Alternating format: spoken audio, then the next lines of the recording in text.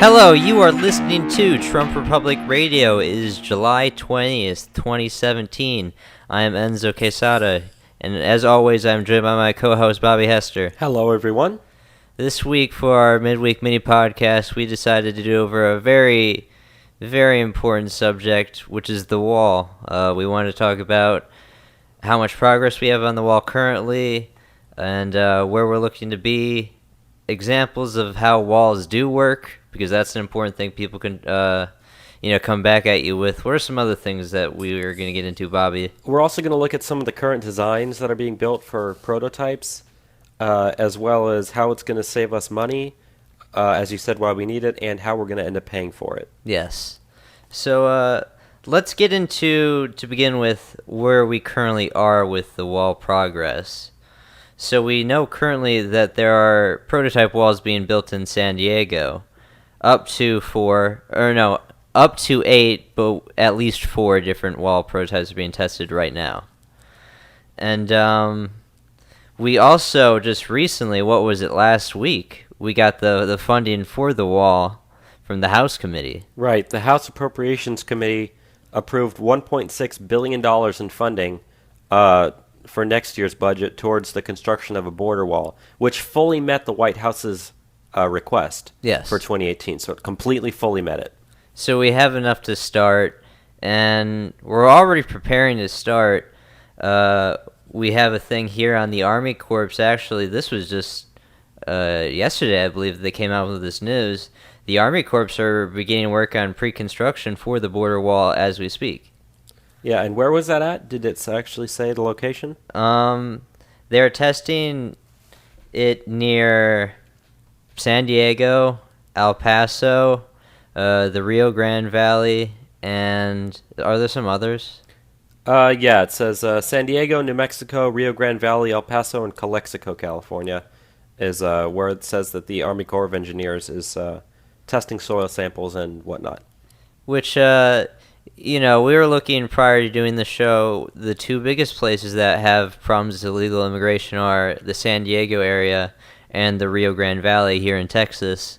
So they're already looking to build the wall where it's needed the most. And if you want to hear more about illegal immigration in the Rio Grande Valley, you can go back and listen to our interview of a friend of ours. The episode's titled Interview with the Trump-Supporting Border Resident, and she talks a lot about just general illegal immigration that happens in her city. She lives in the Rio Grande Valley, and how much money that costs the taxpayers, and just how it affects their culture in general down there. Yeah, that was a very good interview. We did, probably 2-3 months now. Yeah, it's been a while. And, yeah, we're already seeing progress to where she lives. We're working on building the wall as we speak. Now, we've said before on the program, because we follow this progress every single week, we're looking to start the wall by, at most, March 2018. That's what most predictions are. Do you have the specific quote for the timeline? Yes, I do. That was a quote that was taken from the acting chief of the Customs and Border Protection, or the CBP. Her name is Carla Provost. And she's been working there since 1995. And what she said was, she said that they're still evaluating different prototypes. This article was written about a month ago, with the deadline of late summertime set for an analysis of what would be most appropriate. And I assume that would mean construction of the prototypes in order to determine that. And then she says for next year, she told the committee, we are working diligently, if we receive the funding, to be able to start in March or April of 2018. And then it goes on to say that the funding is the $1.6 billion the White House requested. So they've got the funding. That part's already set. So, yeah, we're looking at March or April of 2018 for full construction of the sections that we've been talking about on the show. But, yeah, we're currently under construction of the prototypes in order for them to evaluate them for the future. Yeah, and from there we can see what we would want to actually use. But until that's finished, we got to wait on the stuff. But, We wanted to talk about some other things that we need to keep in mind as far as building the wall goes. And one of the first things that we need to keep in mind is illegal immigration is already down 70% under Donald Trump. Do you have some of the specifics on that for us, Bobby? Yeah, that's specifically talking about illegal border crossings themselves. And yeah, the number of people detained by the Border Patrol and other groups like that, they said that it's down 75% since the inauguration, which is significant because that's never happened that quickly in that short amount of time. So already, without even having a wall, the number of people illegally crossing the border is significantly down, which if you translate that across to all like the, drugs and stuff that also goes across the border, in general, that would all be down as well. And this is, as we said, prior to even building a wall. Once the wall goes in, we can see that number drop even more. Yeah, and if you look at it, we already have a lot of border fence that's already up. Yes. That's been somewhat successful.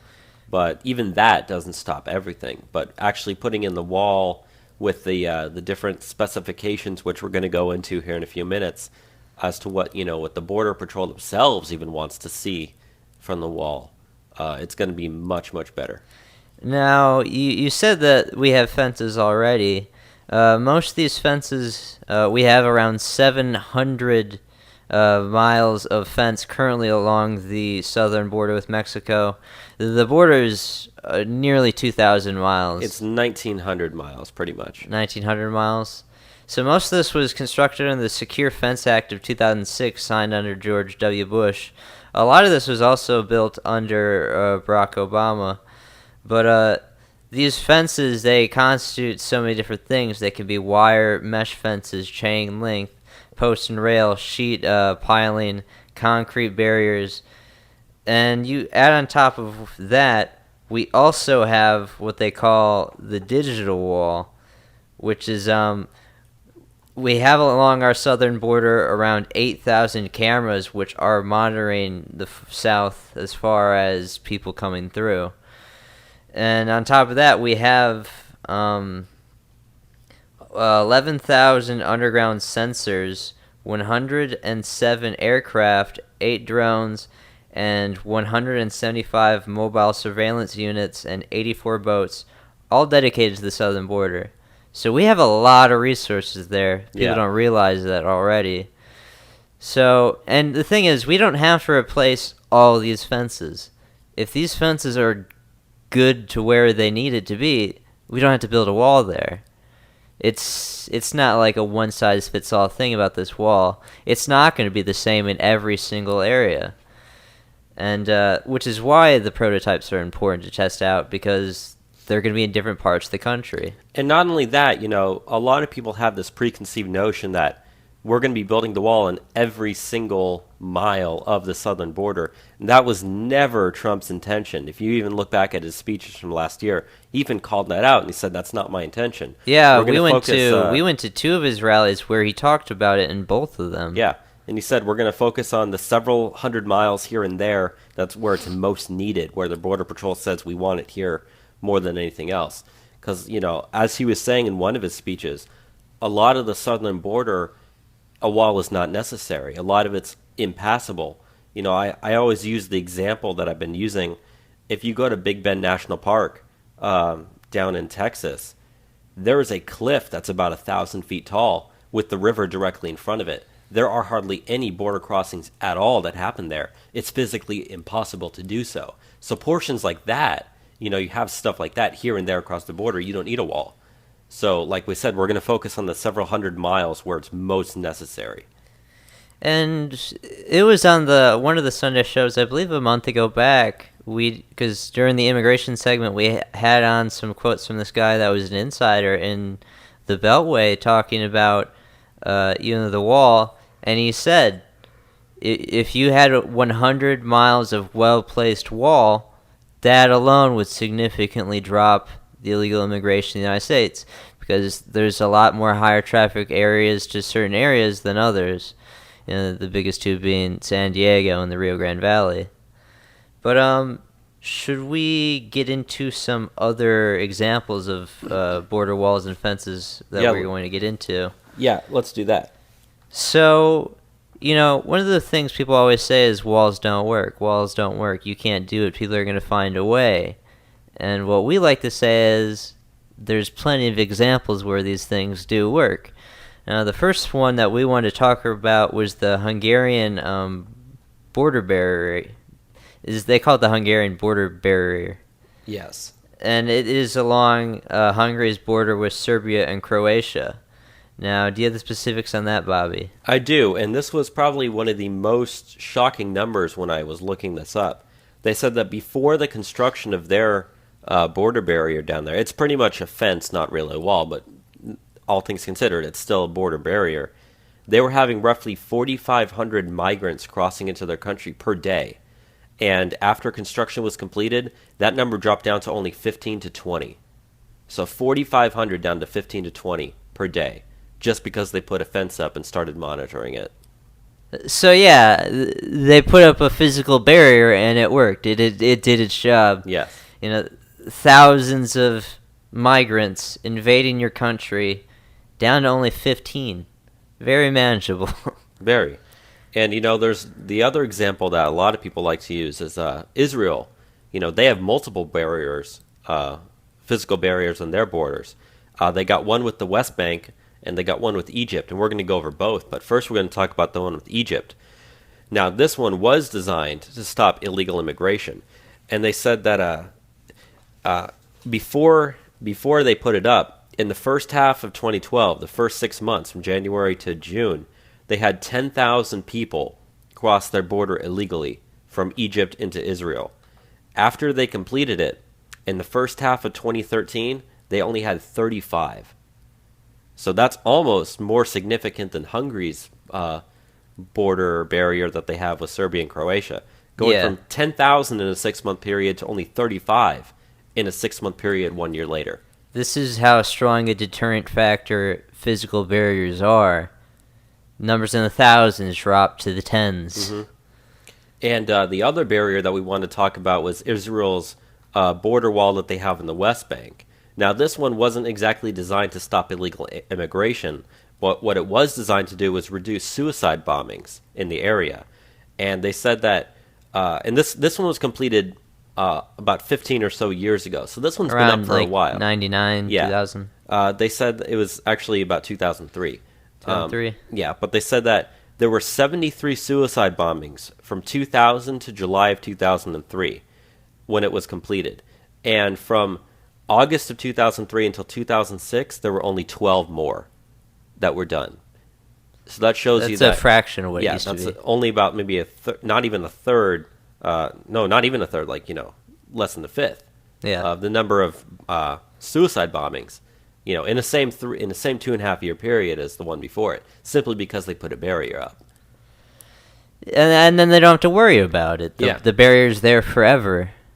The problem is solved fairly well in all these three cases. Should we also go into what we have for India? Yeah, let's do it. So we wanted to also talk about the fence that India has with Bangladesh, because it is currently the longest fence that exists in the world. Do you have the specifics on that, Bobby? Well, first of all, before we actually talked about it, I just want to say about the length of the fence itself. Yeah. Now, this fence, and it was very, like I said, it was very, very surprising when I saw this. It's 2,100 miles long. 2,100 miles of border fence. Longer than the U.S.-Mexico border. Yeah.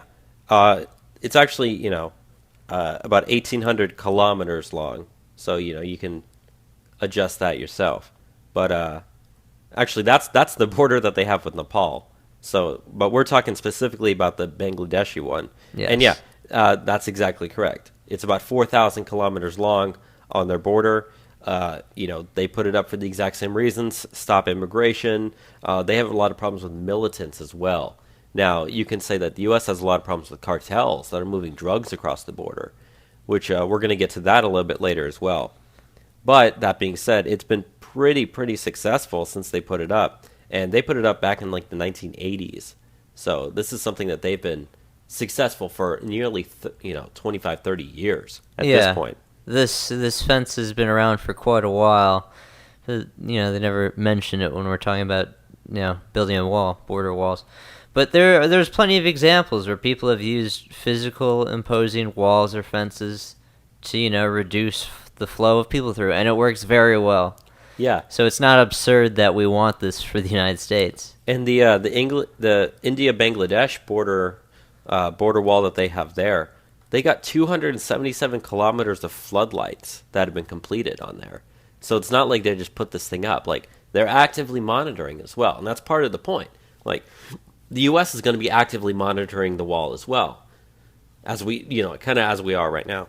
Which, let's get into those specifications for what the wall here in the United States will entail, actually. That's a good segue to go into. Yeah. So, we currently know that there are going to be two types of options on the wall. There's two types of proposals that they were able to send to the Customs and Border Protection. They can have a reinforced concrete model or an alternative materials model. Now, they're not specific on what the alternative material is. We just have to guess at the moment. But why don't you go into some of the other specifications, Bobby, that they're looking for? Yeah, so the first requirement that they've included is they say it wants to be physically imposing in height of no less than 18 feet, but preferably 30 feet tall. So that way, there's no way that you can just easily climb over that for the height alone of if it's 18 to 30 feet tall. Yeah. And the second thing they said, which also has to do with that, is anti-climbing mechanisms, which means either by ladder or other tools like hooks that any human could be able to get across. So they want to make sure that no one's going to be able to physically climb over this thing, even if they do have a ladder. If they want to have a no slick side for the wall on that side, so even if you try to put, say, a ladder against it, it would slide off. Right. And they also want to have an ability to prevent tunneling 6 feet below ground. Now, that's something Trump also mentioned in his campaign was, people said, oh, they'll just tunnel underneath it. And he's like, no, we're going after the tunnels too.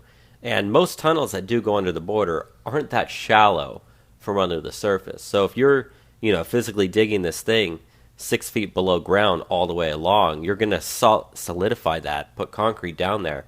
There's no way anyone's going to be able to dig a tunnel as easily as before, especially with all the new monitoring techniques that go along with the wall itself. Yeah, we're digging very deep into the ground to do this, and then we're having monitoring technology on top of that, which has been in some of the proposals. Mm-hmm.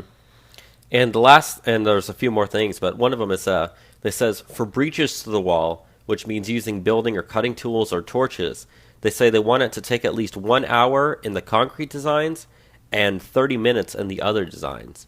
So that means if you're literally sitting there, boom, boom, boom, boom, boom, hacking at this thing, it's going to take you at least an hour to get through. And I would assume that would mean... So you'll probably be caught by then. Yeah, so even if you had a jackhammer and you just sat there jackhammering the side of the wall, it would take you at least an hour to get through the concrete design. And yeah, you're absolutely right. You would get caught by then. Yeah, with our digital wall, which is still going to be there, that's all going to be maintained along the wall. Yeah. But the next thing they said is... they want to accommodate surface draining, a particularly sensitive issue in the uneven Arizona desert that can easily flood with heavy rains. So they pretty much want to make sure that when it does rain, this wall doesn't, become a dam and start backing up water. They want to make sure that the area around it's able to drain any water that comes through it very, very easily. Which is something that, I might not have thought of that myself, but it is important. It doesn't rain very often down there, but when it does, you have terrible monsoons. But the last thing that it says they want is it needs to be able to accommodate pedestrian and automated mechanized vehicle sliding gates, which pretty much means, allowing people to cross through in these gates if they need to be. Yeah. Trump said he wants a big, beautiful wall with a big, beautiful door right in the middle. And I know, obviously, we know he was joking, but it kind of goes along with that idea. You do, even if you have a fence, you're going to have areas where you can let people go through, trucks, vehicles, that sort of stuff. Now, I think the interesting thing for design, for me at least, has always been the difference between, using a solid sort of concrete wall or those, metal fences they have that have the slits between them. Right. Because there are some Border Patrol agents that prefer those metal walls with the slits because you can see pretty clearly over to the other side. And that was actually a requirement for some of the quote unquote other designs, like we said, we have 8 major designs that they were looking at, and one of them was having those slits that people could see through. Yeah. So, where agents find that to be more preferable, we may be giving them those as opposed to what people think of as the wall, a big, giant, solid thing of concrete. But let's go into another thing that we are potentially looking and seeing this wall contain, which is solar panels. Yes. And this actually came from when Trump was giving a speech a couple of weeks ago. And he made kind of an off-the-cuff remark about putting solar panels on the wall. And then he was asked later when he was on Air Force One coming back from France when he went to the Bastille Day celebration earlier this month. He was asked by one of the reporters on Air Force One about putting solar panels. And he said, yeah, I'm absolutely serious. I'd like to do it. So there's potential that we could stick solar panels on the side of the wall. And if you think about it, that's the perfect idea, because you have miles and miles and miles of just pretty much nothing but desert. Might as well put solar panels on there, even if it's only going to be able to power either the machinery for the wall, or if you can drain some of that back into the power grid for the country, anything helps at this point. I mean, we were talking about this on Sunday, on the Sunday show, the same exact thing. And, we're going over numbers potentially. It could, power entire cities just with the wall being there. Entire cities could get their, energy from the wall. In a sense, it's saving money by doing so. Money that would go towards energy would just be gone from the wall. So let's go into some of the needs for the wall. So the first thing that we want to talk about was reducing the flow of drugs coming into the country. Yeah. And if you're not quite aware of just how many drugs are caught with people that are crossing the border, I mean, we live in Texas. We know the Texas news. People are caught crossing the border with drugs all the time. But there was one statistic that I wanted to point out among many, but it says that in the number of kilos of methamphetamines that have been caught being smuggled over the border has tripled since 2010, and it's only been going up and up and up. And the same thing is true with I believe it was heroin, although it did see a dip in 2016. So it's not like, the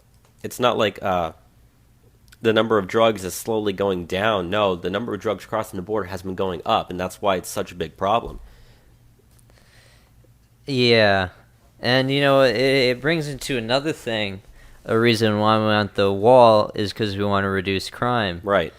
And now, Donald Trump, I remember he talked about this in his speech in Austin, but I also have the numbers here from the Department of Safety in Texas.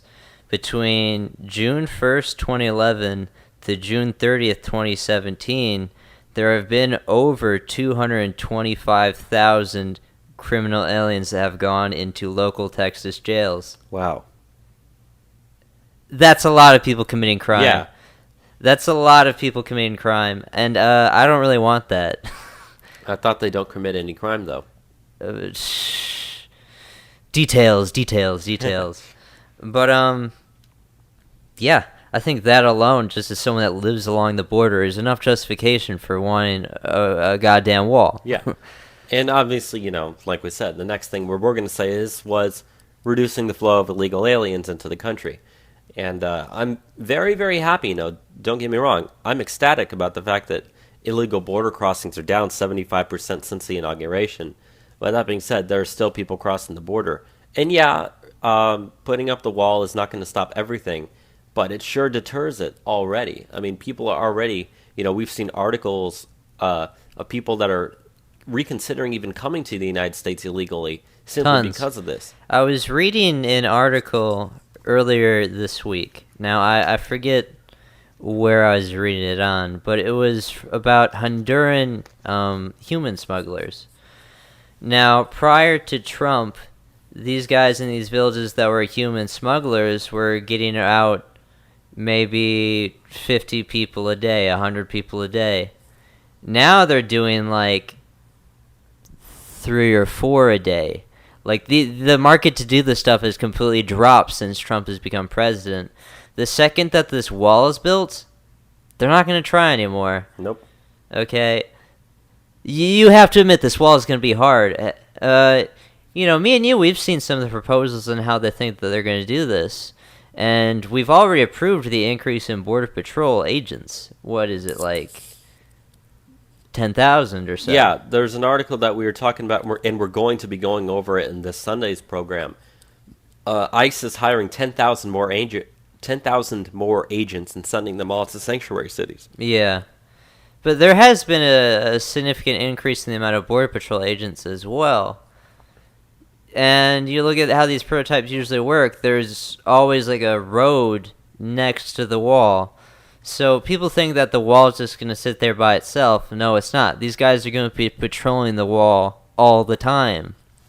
Yeah, and like you were saying before with the kind of the electronic wall with cameras and stuff that we already have up, those have been successful as well. There's a story that I like to tell of where some people on the internet with Paul and 4chan, they were able to log in and look at the actual live streams from those cameras, and they saw people crossing. They called the Border Patrol, and they were able to get those people caught simply because ordinary Americans were just looking at the live stream of the camera. So yeah, those cameras are very successful, and we're going to have those on the future wall, and they're going to be even better than the ones we have already. Yeah. Why don't now we get into another good reason why we want this wall? And that's actually because we want to save some money. Right.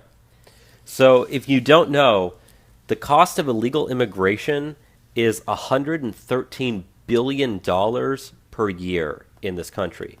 Now, most of that is actually coming from state and local levels. And if you look at the per state numbers that are put out, it's astounding how much money is actually spent on illegal immigrants in many different ways, to the point where that's the reason why some states are even in debt. You want me to go ahead and say Where are a you couple of getting these numbers? I'm getting these numbers from the Federation for American Immigration Reform website, which is fairus.org. Okay, let's go over some of these numbers. Right. But the ones that I specifically wanted to say was, and this is data from 2011, so it's a little bit old, but it's still pretty significant. California in 2011 faced a budget deficit of $14.4 billion. That was their budget deficit. It's even worse now. Yeah. If you look at their spending, they spent $21.8 billion on illegal aliens that same year. So you can literally attribute all of their budget deficit to illegal immigrants, to illegal alien spending. Spending money on them, healthcare, education, that sort of stuff, food. Which has only gotten even higher since 2011. Right. And, California's not the only state. You look at New York, $6.8 billion budget deficit, $9.5 billion is what they spent. I know Texas, I'm not sure if we have a budget deficit. I assume we probably do. I probably should have looked those numbers up. But even Texas spends $8.8 billion on illegal immigrants every year. $8.8 billion. Yeah. And if we weren't spending this money on illegal aliens, if we built a wall and they went back and they didn't come here, that would just be extra dollars we wouldn't be spending. It would. That would be money we could spend on anything, okay? We were, me and you before the show, we were talking about the amount it costs in Texas on illegal immigration. And, one thing they're talking about in the special session here is paying teachers more. How much more money could you give to teachers if we weren't spending it all on these illegal aliens? Oh, $8.8 billion, that's not exactly just a teeny tiny amount of money. No. You can fund entire departments with that. These people that care about getting their free college, you could give out a lot of big grants with that money. Like, this is the money that is supposed to be spent on our future, our progeny. Instead, we're giving it to the futures of people that aren't even supposed to be here. Yeah, and it's even, if you want to make this at the individual level, it says that the cost for U.S. taxpayers on a per household basis is just over $1,100. Yeah. So of all the taxes that every household pays in, $1,100 of that, on average, goes towards paying for illegal immigrants in the United States. That's a significant amount of money per household. Yeah, $1,000, $1,100 is not something the average family scoffs at. That's the difference between, getting your kid's health care bill covered or not in some instances. So it's insane. And the last thing that I wanted to mention here was, kind of going when people say, oh, illegal immigrants, they pay taxes. That's not entirely accurate. A lot of them do actually pay taxes, but the reason why they don't get caught is because a lot of illegal immigrants in this country have anchor babies. And those anchor babies are then U.S. citizens. Now, I know both of us, you and me, we want to change that. Yeah. We want to end birthright citizenship. No country other than the United States does it. But that being said, we still do it. And when you're born in the U.S., you get a Social Security number.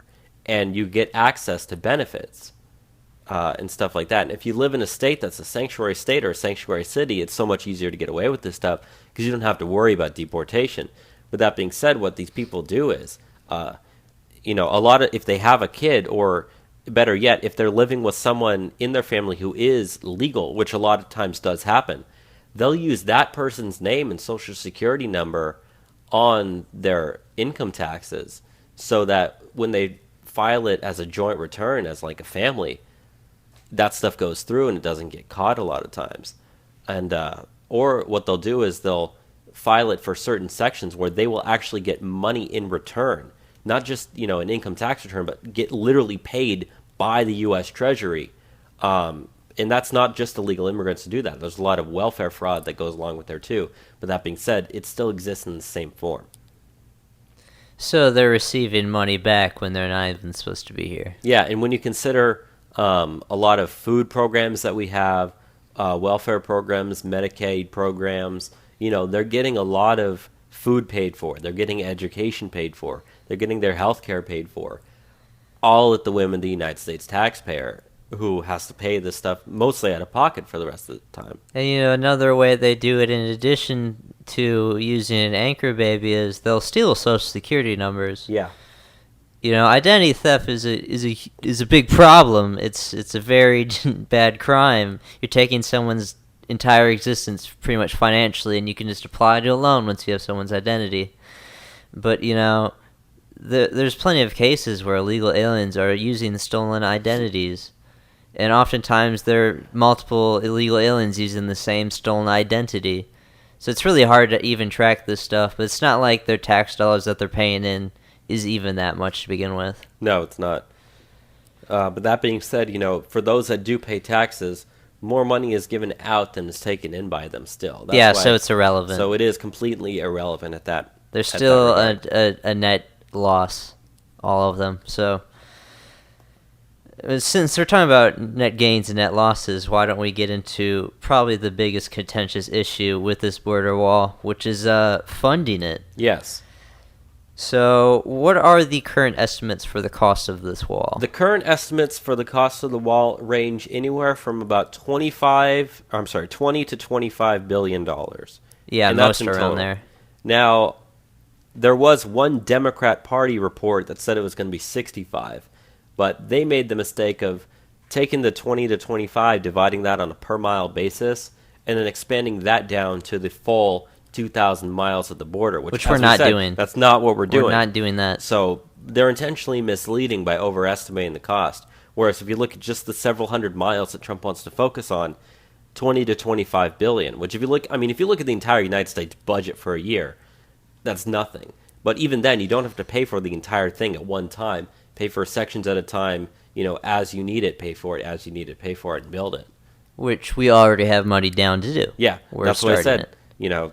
We opened up the show by saying that the House Appropriations Committee fully met the White House's request for $1.6 billion towards construction for next year. So, like Bobby said, $20 billion is really not much in terms of the U.S. government budget. Yeah. Now, you look at the money we're losing every single year paying benefits out to legal aliens. That was, what, 113 billion? That alone is a fraction of that number.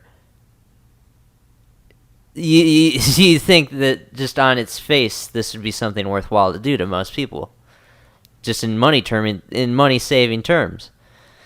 But most people don't see it that way. No, they don't. Now, one of the main ways to actually pay for the wall, and people talk about, Trump made a lot of talk about Mexico's going to pay for the wall. And Mexico Which still can happen. Yeah, and Mexico's made some comments like, we're not paying for your wall. And, if anyone actually thinks that the country of Mexico is going to write a check or send direct money to the United States to pay for it, completely does not understand what Trump meant by when he said Mexico is going to pay for the wall. Donald Trump never intended for the Mexican government to sign a check to send $20 billion to the United States for a wall. He never expected that. Nope. And we didn't either. But when you understand, we're going to go into a couple of the ways where it does pay for the wall, you take money out of their economy. That does it. That pays for it. There's more ways to pay for something than just physically handing money over. Yes. The first way that you could make Mexico pay for it that we want to go into is the tax remittance. Which, you got the specifics on that, Bobby? Yes, I do. So if you don't know, remittances themselves are pretty much when people have person-to-person wire transfers of money out of the U.S. And this happened, and they said that the World Bank estimated that there were $133 billion in remittances that were sent from the U.S. to foreign countries in 2015. Mexico alone accounted for $24.32 billion of that. So that's money that's literally being taken, from the U.S., sent back to family members living in Mexico. And which, think back to the episode me and you, Bobby, did with Gabby about living at the border. She has first-hand experience of seeing illegal aliens going to HEBs and cashing out their food stamps and then sending that remittance straight from that HEB right across the border. Yep. They're taking taxpayer dollars and doing that. Yep. And there was a bill that was introduced in Congress back in March. It's called the Border Wall Funding Act of 2017 by Representative Mike Rogers from Alabama. Now, he suggested that if you put a 2% tax on all person-to-person wire transfers to Mexico, you'd be able to raise enough money within several years to pay for the wall. And even then, there was also a proposal in the Senate, but that one didn't make it out of committee, that called for a 7% tax on remittances. Which would pretty much fund the wall immediately at that tax rate. Yeah, and they said that because of the fact that there's more than... Well, we already told you the statistic, but this article is actually... They get some of their numbers wrong. But if you think about it, there's more than $60 billion in remittances that are sent out of the U.S. to Latin America alone, of the $133 billion that we are talking about. And that's more than twice of the $26 billion that the American government itself spends on foreign development aid. And that's foreign aid that we give to other countries. So, if you think about it, we're already giving out more money. More money is being sent out by our citizens back home to their families through wire transfers than the U.S. just gives to other countries. Yes. So by placing a 2% tax on that, you can do the math yourself. If like we said before, $24 billion is given out. You can do the math on there. You're making almost $1 billion a year just from that 2% tax. And like we said, the White House asked for $1.6 billion for 2018.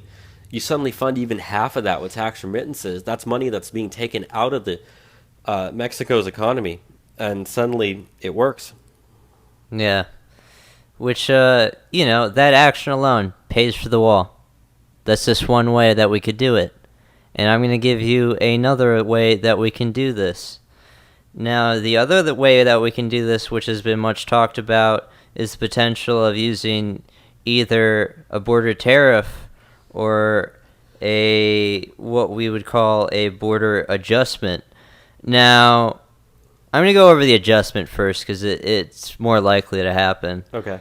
So, essentially how this would work is we currently have the bill up for tax reform, which lowers our corporate rate to 15%. Now, this article is off the assumption that it's to 20%, but it's whatever the Congress would make it out to be. They would add this border adjustment clause to it. Now, you drop it from our 35% corporate tax rate down to, say, a hypothetical 20%. Now, what you do is you put a border adjustment tax on the border. So you would let imports be taxed, but exports would be funded. They would get their tax dollars back on their... Because when you send things out, you're paying tax on it. Right. When you're exporting. So those exports would no longer pay any sort of tax. They'd be refunded, while imports would receive a 20% tax. Now, that tax in itself could pay for the wall. It's calculated. There's an economist, Martin Feinstein, who talks about this in an article in the Washington Post, which I'm going off of. If we were able to do a border adjustment tax like he's saying there, we'd be looking to make around $120 billion a year, or around $1 trillion over a decade. Now, that's just on a global scale. You'd break that down to how it would work against individual countries. And one of our largest trade deficits is with Mexico. Now, in 2015, we had a $60.7 billion trade deficit with Mexico. In 2016, that was around $65 billion. So if you tax them at that 20% rate, we would make back around $13 billion a year off the border adjustment revenue alone from Mexico. You do that for 2 years, and you funded the entire wall, and Mexico paid for it. It's really, something else, and you're using the imports to pay off the exports, so then our trade deficit would go down. And if you look at how trade has been going in general for the United States, it has been going down since Trump's become president. So it's something that we could easily do if we're able to pass this stupid tax bill, which I hope. I mean, it's not a stupid bill in itself, but the people that are trying to pass it are quite stupid. Mm-hmm. So those are two probably the best ways that we can make Mexico pay for this wall. Now, personally, just in a personal note, I have no problem the United States taxpayers just pay for the wall right now. Zero, none. I do not care if Donald Trump makes Mexico pay for this wall, because the savings we're going to get is going to pay for itself. So, yeah, let's get this down right now. Let's fund this wall. And, we could put in a tax on remittances, or we can put a border adjustment tax later on. But getting the stuff worked on right now is what's most important to me. And, I was just thinking, there are other ways that once the wall is actually built, you can even have money come in to try to, bring money in. Like we said, put solar panels on it. That provides energy, and that energy is that much less that you have to pay for to begin with. Yeah. And another idea that I was personally thinking of was gift shops. I mean, there's going to be a lot of people who will want to just visit the wall. I know I'm going to very soon. Take wall tours. You could have wall tours. People would pay to do that. You could have gift shops. You could have a shirt that says, I visited the wall. You could have, little play sets of, build your own wall. And, kids will love it. You have a gift shop. Hey, it's so good. I love it. And, stuff like that brings in a lot of revenue. So even though it's a little bit, it's kind of more of a joke that I'm making up right now, but you get the idea where I'm coming from. There's so many creative ways that you could fund this wall. Those are just two of our best ideas on how we could do it. But I know we've pushed around some other ideas in the past on the show. Yeah, I mean, we've talked about setting up a GoFundMe. Oh, yeah. No, this is my thing. If you put the wall on GoFundMe, we could probably fund that wall. I remember, per individual American, how much it would cost to pay for the wall. It's around $125. If this was on GoFundMe and I was able to pay my portion for the wall, I would pay for two. Yeah, I mean, if you think about it, half the country hates the fact we're building a wall. So just double that to Trump supporters alone. $250? That's nothing. I could easily come up with $250. Give it to the wall. No problem at all. Yeah, but just kind of spitball joking off those sort of ideas. Hopefully, though, they get Mexico to pay for it. And I think they will in the very end of all this. I think so.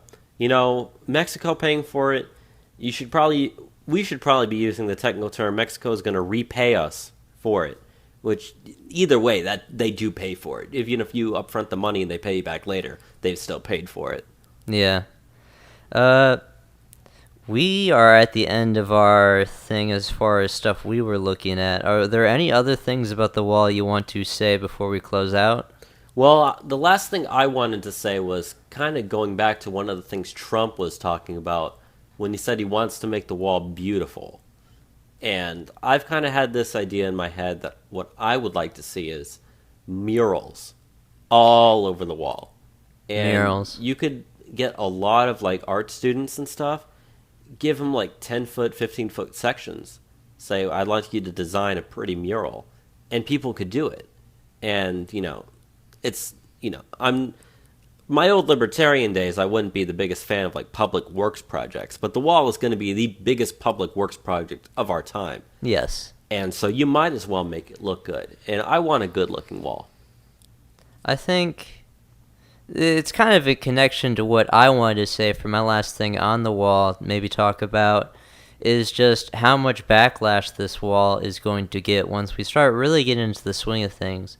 I don't think it occurs to most Americans that we're working on the wall right now, but we are. The wall is being built in San Diego, the prototypes, but that's going to be part of the wall. The thing I'm a bit worried about is, come March or April next year when we're full-fledged into this, we're building a wall, is what kind of, opposition are we going to face? Or is the media going to be plastering these walls on the TVs? Are people going to get incensed and go protest out there? Are they going to disrupt building itself? Are they going to vandalize workplaces? Are they going to cover the wall in graffiti? I think that's a given. Yeah, they will do that. But that's kind of one of the reasons why it's so great that the wall isn't in the news much. Because I don't want attention on it so much. I do want the wall to be built. I want it built in kind of silence, though. Yeah, and if that means focusing negative attention on Trump himself for the next 4 years while it gets built in the background, go for it. The wall's getting built. That's his number one campaign message. As much as like the Trump antics or the stuff that happens in the media because of Donald Trump, the stupid Russia controversies detract from Trump's administration, it's good cover for when the wall's being built. I'd much rather them talk about the nothing burger of Russia than be exposing, these are the people that are building the wall, go protest them. Yeah, and I think we were reading somewhere, I forget where it was, this was from a couple of months ago, but like construction workers were asking if they could carry weapons as they're building the wall in case anyone does try to mess with them. We're going to have like the Border Patrol and Border Security Forces protecting the construction workers as they're doing that. I remember we reported a couple of months ago about some Hispanic construction companies that proposed to build for the wall, and the backlash they got back from their communities with the death threats they were receiving were immense, calling them race traitors for going to build this wall. And I mean, they're just doing their job. They're doing the function of their business. They're just trying to get ahead. Yeah, and even on top of that, that kind of goes with what I was going to say next, is that we were talking about one of the articles we were reading in preparation. The government didn't actually list the names of the companies that were finalized to build those prototypes. And when you think about reasons like that, I don't blame them for not publicly listing it. No, not at all. If I knew that there was going to be backlash, even if I fully supported building the wall, I really wouldn't want my company's name to be out there, just judging by some of the negativity that would come along with that. It is interesting to see what kind of reaction it's going to cause, because I know in Los Angeles, they've actually made every single building firm that wants to apply for the wall construction money to disclose to the people in the city that they're doing that. Trying to out them in front of the community. So, like, trying to get a building contractor from Los Angeles is pretty much not going to happen now. Yeah, and Los Angeles being the second largest city in the country, that's where a lot of your proposals would probably come from. Now, states like Texas... the California section of the wall is a significant portion that needs to be built. Absolutely, so. And like we said, San Diego and the Rio Grande Valley are the two busiest places for border crossing. San Diego's in California, right there. Very close to Los Angeles. Yeah, just south of it.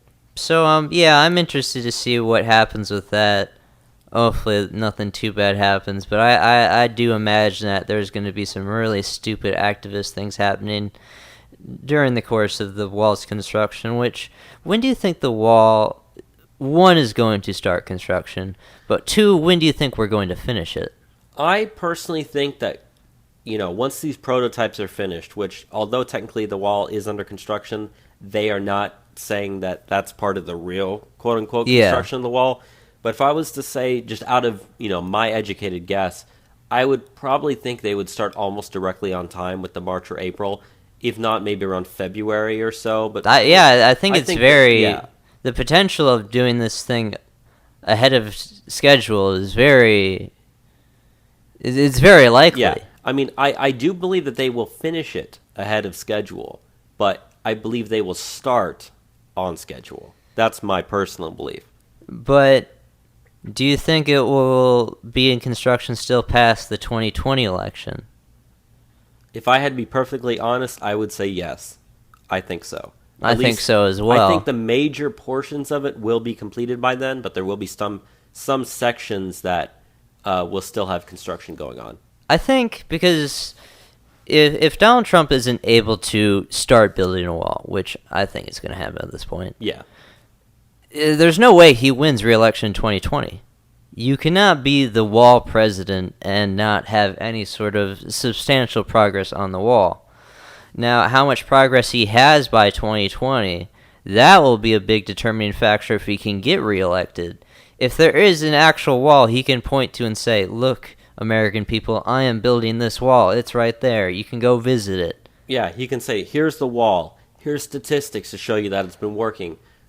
Yada, yada, yada. And it would work. Which, by 2020, he's probably going to have hundreds of miles of wall. Oh, very easily. Very easily. So, I'm very optimistic on where this stuff is going. And I think, in 2018 with the midterms, these Republicans, they need to be running on getting us money for the wall. Yes. Especially the ones that are in vulnerable seats. They need to be running and saying, hey, I support our president, Donald Trump. I know you do too. Elect me, and I will advocate for more money for that wall, and we will build it. And I think that's the winning strategy that we need to go into this with. Very, very because much. That's the sentiment of most Republicans at the moment. Most Republicans support our president, but support for Congress is absolutely nothing. We just need congressmen that actually support our goddamn president. Yeah, if you had Congress behind the president, you wouldn't have to worry about this healthcare situation that's going on now. You wouldn't have to worry about the possibility of tax reform not going through. You wouldn't have to worry about not getting funding for the wall. It would all be there. And, it bodes well for these Republicans as well, though. As Trump has successes, it's going to make them look better to the public. But we're kind of side tangenting a bit on it, but it is very important to keep in mind the prospects of how this wall's construction parlays into elections in the United States coming up. Yeah, and the last thing that I really wanted to say was, once the wall is actually under construction here in Texas, I really want to go visit it. Oh, no, I'm going to be going, yeah.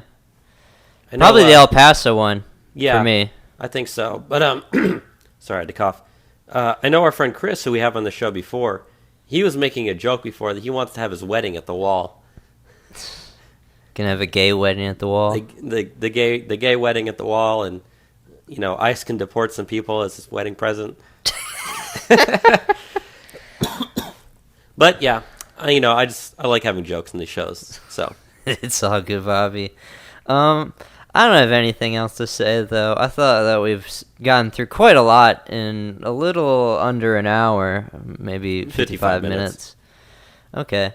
Well, yeah, I think with that, we're done for the week. We're still going to have the Sunday show, as always. Do you think we're going to have a guest at all? I don't know. I'm not sure who the guest is going to be, but we could. Let everyone know what your next idea for next week's midweek show is.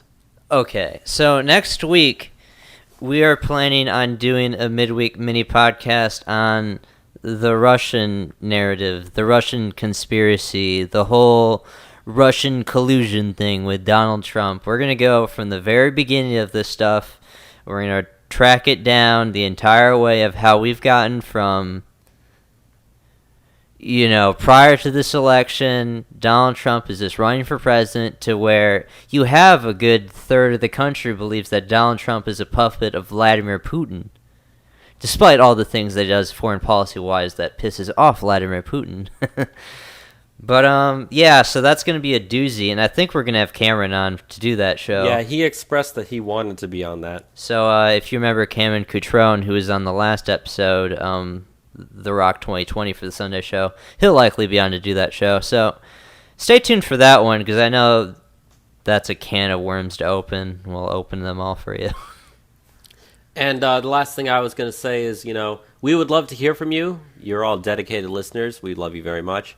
But if you want to contact us, you can send us an email at trumprepublicradio@gmail.com. And also, Enzo, what was the link for the donations list? It will be in the description, but it is paypal.me/TrumpRepublicRadio with a capital T for the Trump, capital R for the Republic, and capital R for the radio. And we're looking to potentially be expanding the podcast in ways of merchandising. So we could definitely use some funds towards that. We're looking at currently some T-shirts. We're looking at maybe T-shirts some with hats. the possibility of hats. So if you want T-shirts for sure. If you want a Trump Republic Radio T-shirt, we're gonna get them designed probably tomorrow. Yeah, they're gonna be looking pretty good. So stay tuned for that. If you want to help us out, starting with that, give us some donations would be very helpful. And with that, I don't have anything else to say myself. No, that's all. Thank you again for listening to another episode of Trump Public Radio. Build have the a good wall. one. Build the wall. Build the wall.